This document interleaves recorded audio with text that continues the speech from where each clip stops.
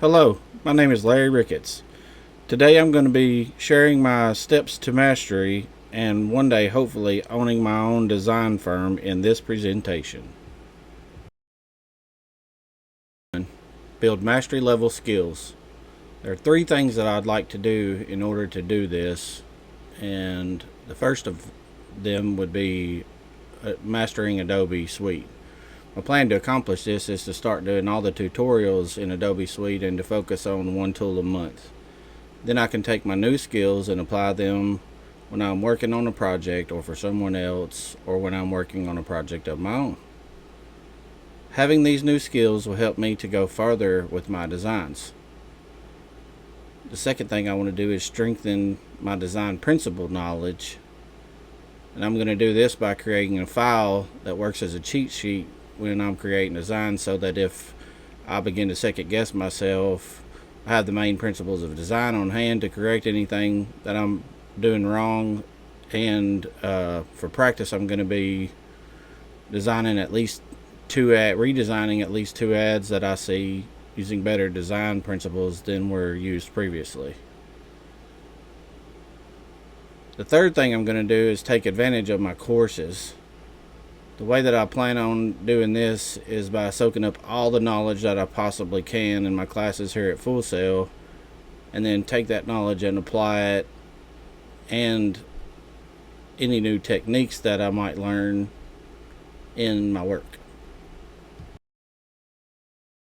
Step 2. Develop a competitive portfolio. I ought to do this by doing these three things that you see on the screen. One is to pick two projects from like my school designs, my personal projects, and my freelance jobs that I've completed in the past, and completely redesign them. When I'm doing that, I'll be including multi-platform designs so that I'll have examples of any type of platform design that they could be looking for, and it'll enrich my portfolio and the progress. Another thing that I'm going to do is document my processes on anything that I design in the future, but while I'm doing these, I'll be able to do that and look at anything as far as my process goes and things like that, and be able to identify problems and fix them so that in the future I can work a little more smoothly.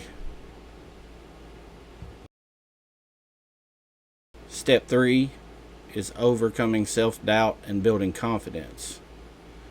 I'm going to do this three ways as well. The first thing I'm going to do is track my daily wins in a journal.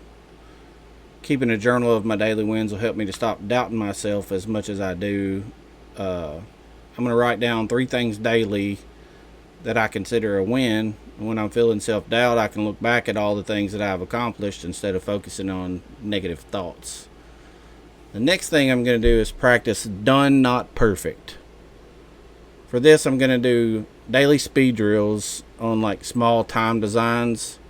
My goal here is to help myself to finish things in a timely manner. Plus, doing these things repetitively will make me better at a lot of the skills that I need in my career.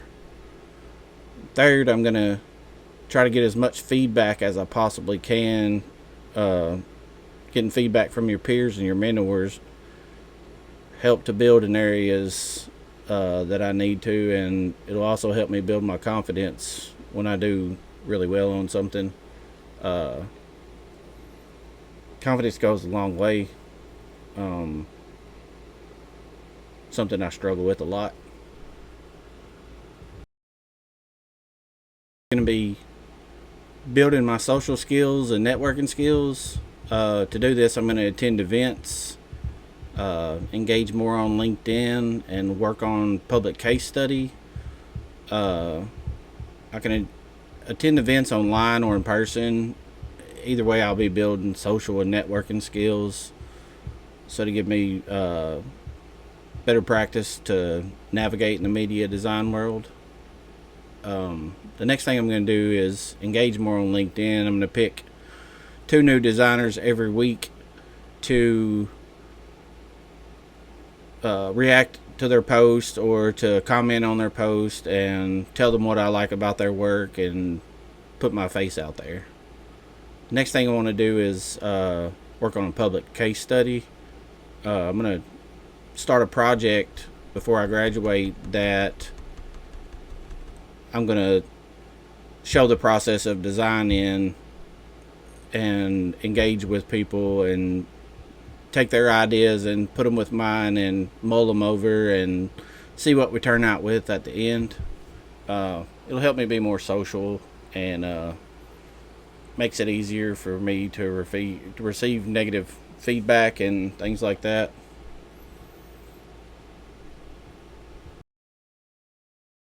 Step 5 is going to be gaining more real world experience.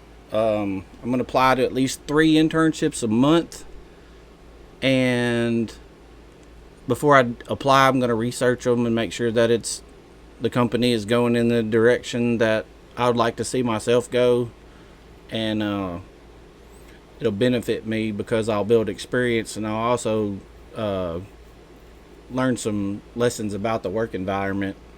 The next thing I want to do is taking more freelance jobs and doing work for charitable organizations is a really good way to get more experience.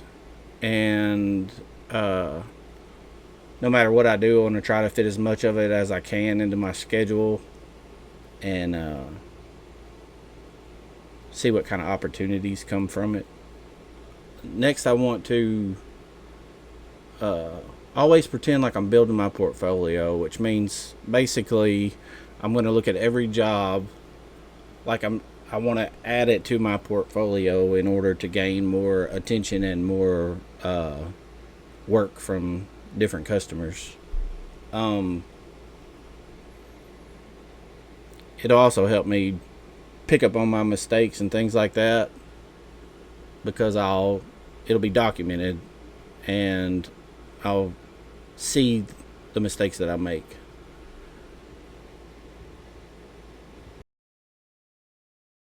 Step number 6 is I want to learn to completely understand the media design industry, like all forms of it.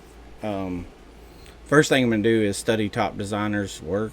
I'm going to pick a company from the design industry every month and look at 2 projects and try to break them down and see how they got to that design and why it was accepted and used. Learning this will also teach me techniques or ways to put myself in the artist's frame of mind and understand why they did things the way they did them and be able to use it as a learning tool for myself. The next thing I want to do is look at job postings weekly. And by analyzing those job postings, I'll be able to pick up on what employers are looking for from an employee and be able to anticipate if I need to brush up on anything to be able to do the job I'm looking for. And it'll also help me to learn what to look for from an employee whenever I'm able to finally start my own design firm. The next thing is going to be to keep up with trends. Best way I found to do this is to look at newsletters and articles about trends and what's up and coming in the industry. Then check out YouTube for videos on whatever the topic may be to learn the skills or tech that you need to stay up to date and effective. Staying current is really important in my industry. It's important in every industry, but it's really important in design. So, want to reflect on ways to get involved in your industry. There's multiple ways to get involved in your industry. One example would be to join one of the clubs at Full Sail. All you have to do is download the Full Sail One app or go online and log in and click connect, and you can find a club that you identify with and just join. Another thing you can do as a designer is become a member of the AIGA at aiga.org. Many of the people that join them enjoy benefits of learning more about their industries and making lifelong connections that come from joining these types of clubs and organizations. It's a great way to dive into your industry. Last, I have a quote by Robert Greene from the book Mastery. It says, "The future belongs to those who learn more skills and combine them in creative ways." I just want to thank you for watching, and I hope you enjoyed my presentation.